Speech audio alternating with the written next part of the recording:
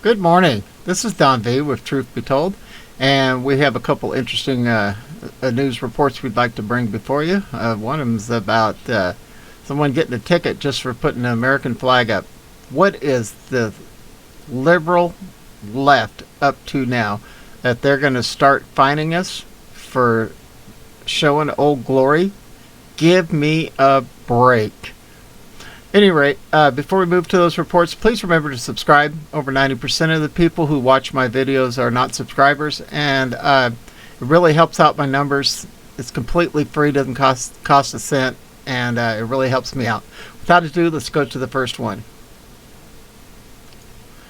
It says, it's ridiculous that we've gotten to this point. Crowd protest after Illinois' restaurant owner ticketed for flying American flag. A small business owner in Prairie Grove, Illinois, was cited twice and fined $200 by the village for flying American flags outside his restaurant around the 4th of July. Terry Trobani, the owner of Giuliani's, says he placed two flags along the road in front of his business to celebrate Independence Day. Just 2 days later, he was ticketed for improper display of what city is calling temporary signage. Trobani says he has received massive support from patriots across the country who have been reaching out to him. Over the past few days, as many as 50 protesters have gathered at the restaurant to show their support for the family-owned business. There they are. Even if he wanted to, the restaurant owner says he's unable to pay his ticket unless he signs a Soviet-style letter admitting his guilt, along with the subsequent letter promising that he will comply with every sign ordinance in the village of Prairie Grove forever. He plans to fight them in court, even if it costs more than paying the fine. In an interview with Fox News, which is just another communist news network, Trobani spoke about their flawed reasoning for the citations. The American flag is a symbol of patriotism. It's not a sign. They're equating it with open, closed, dine-in, dine-out product that you would serve in a restaurant. That's why it falls under sign ordinance. The village of Prairie Grove denies Trobani's claim, stating that their opposition is about the location of the flag rather than the flag itself. Yeah, that's a likely story.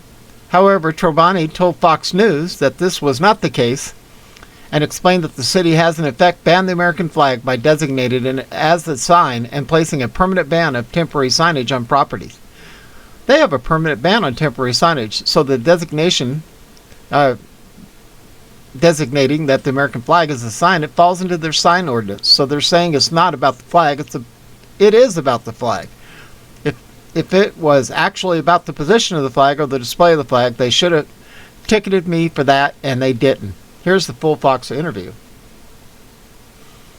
Let's go ahead and play this. I poke the bear, and they don't like it because they want to bully you. They think you're going to go away. And here's the best part of this whole thing. Are you going to go away? No. A McHenry County restaurant owner says he's being ticketed for flying the American flag in front of his business. But the village says, and this is Prairie Grove we're talking about, says it's where he is flying the flag that is causing the problem. Fox 32's Dane Placco now with the story of a flag fight that's blowing up on social media. There's that old saying, you can't fight City Hall. Well, you can, because now I have an attorney and we are going to fight because I'm tired. Terry Trobani says he was just trying to celebrate the 4th of July when he placed two American flags on wooden poles in front of Gianelli's, his hot dog and beef business along Highway 176. Next day, the village administrator comes in and he gives me a pamphlet of the sign ordinance pertaining to flags. He says, you might want to read this. But just 1 day later, Trobani says the village of Prairie Grove gave him two tickets for improper display, which he's now taped to his front door. The American flag is a symbol of patriotism. It's not a sign. They're equating it with open, closed, dine-in, dine-out product that you serve in a restaurant. That's why it falls under sign ordinance. I love the United States flag. I'm a patriot myself. Prairie Grove Village President David Underwood says Trobani got ticketed because the flags were illegally too close to the road and could have blown into traffic. It's disgraceful. Yeah.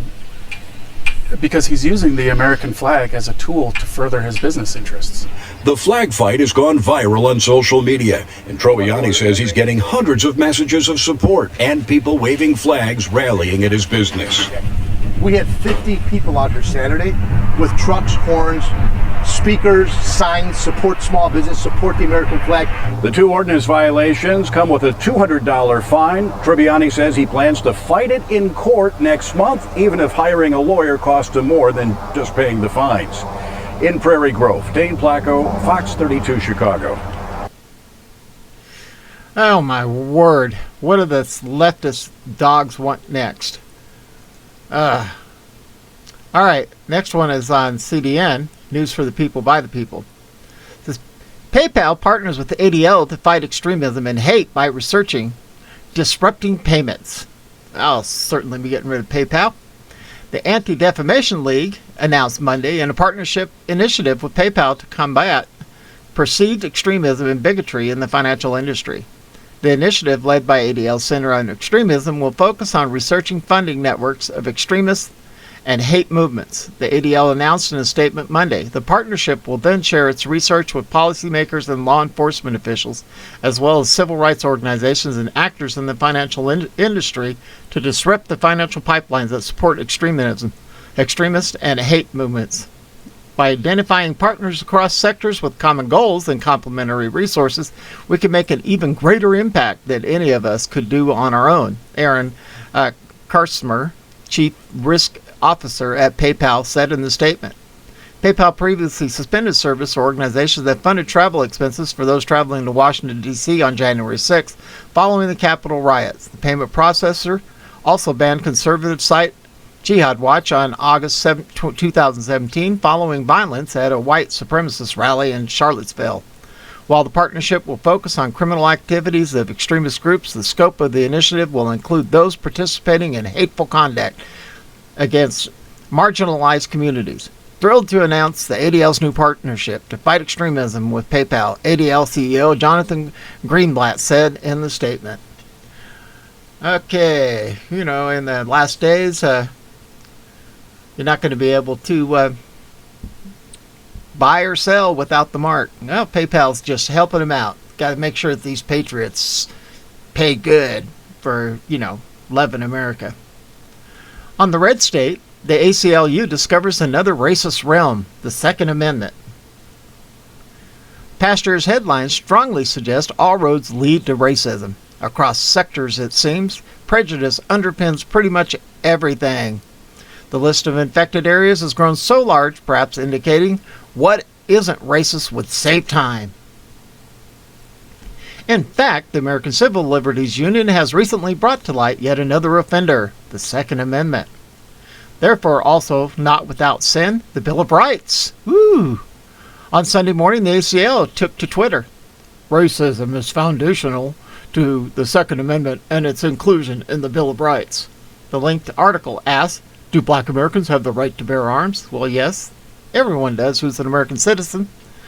With 233 mass shootings so far this year, the issue of gun violence in the U.S. is all too familiar. The vigilantism of widespread gun ownership puts black Americans in an especially vulnerable position given the brutality and human cost of discriminating policing. The gun violence epidemic continues to spark a debate about the Second Amendment and who has a right to bear arms. Well, I do. You do. We all do. According to our Constitution, which they're trying to get rid of. The group makes quite a claim. Anti-blackness birthed the right to bear arms. That freedom allegedly resides somewhere amid the justification of militia violence. Per the ACLU, blackness has been framed as an inherent threat. On top of that, America's rife with unequal enforcement of gun laws. And if you haven't noticed, white people are anxious. The rhetoric of gun rights has been selectively manipulated and utilized to inflame white racial anxiety. Up yours, buddy. The At Liberty podcast promotes Emory University's Professor Carol Anderson, author of The Second Race and Guns in a Fatality Unequaled America, Red State. Okay. In the episode, Carol says after 2016 tragic shooting death, Philandro Castile, she researched whether African Americans actually have constitutional gun rights. Her efforts turned up all these laws pointing to a fear of the enslaved and fear of retribution. The architecture, she explains, was meant to control black people, to strip them of their rights, but on the Bluebird, tweeters clap back. No, the first gun control laws were created to prevent slaves from revolting and to keep freed slaves from fearing for their lives. Restricting minorities' right to bear arms has been calling the card of American racism, not the other way around. So why did the black American gun ownership skyrocket in 2020? Exactly. So there's a 58% increase in black people in the U.S. buying firearms, and the ACLU wants us to believe the gun laws respond from racism, classic racist gun control tactics. As aforementioned, these days racism is recognized regularly, and then it gives a list of them. As for the Second Amendment, is it available for Americans who are black? It's apparently on offer to Colion Noor. He's one of America's foremost. Anyway, that's a pretty good, pretty long video. It's over 11 minutes. I'll put the link below so you can find it and listen to the whole thing if you want to. Okay, moving on. On the Daily Caller, the internet wonders, did Joe Biden say, "My butt's been wiped right here"? Oh my word. I'm not putting that word in front of the Slow Joe's name. Slow Joe became the focus of a debate on Twitter after he appeared to make what some have determined to have been a rather odd comment about his, The video clip under scrutiny is from the Slow Joe's Sunday return to the White House when a reporter yelled a question to him about immigration policy and whether it should be a pathway for citizenship. The comments were captured and noted by ABC News White House reporter Molly Nagle. In response, Slow Joe walked up to the group of reporters and uttered an unintelligible comment that some have determined was him saying his butt has been wiped. Let's see if it's here in the video. Let's take a listen to this. Does immigration need to be in reconciliation? Must it be in reconciliation? What must be what? Immigration. A pathway for citizenship. There needs to be a pathway for citizenship. Whether it can be in immigration remains to be seen.